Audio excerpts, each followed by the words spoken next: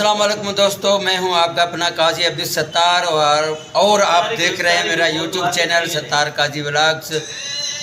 जी हाँ दोस्तों, मैं इस वक्त आर के स्टूडियो पे मौजूद हूं और यहां से हम निकल रहे हैं डहरकी के लिए और हमें आज बहुत काम करना है। वहां पे हमारी शूट है, हमारे जो न्यू वीडियोज़ आने वाले जो वीडियोज़ हैं फ़नी वीडियोस, उसके हवाले से जो है हक बाबा सब तो उसके हवाले से जो है ना वो आज हमने फ़नी वीडियोस भी बनाने हैं। हमारे साथ मौजूद हैं राहील अहमद मलिक साहब और हमारे डायरेक्टर हैं अफजल मसूद हैं।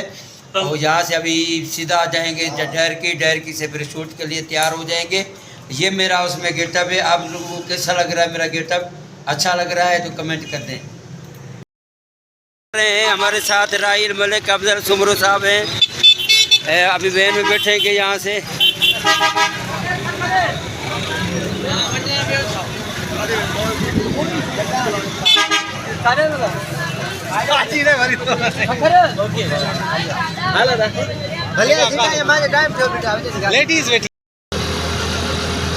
यहाँ दोस्तों हम डहरकी पहुँचने वाले हैं कुछ देर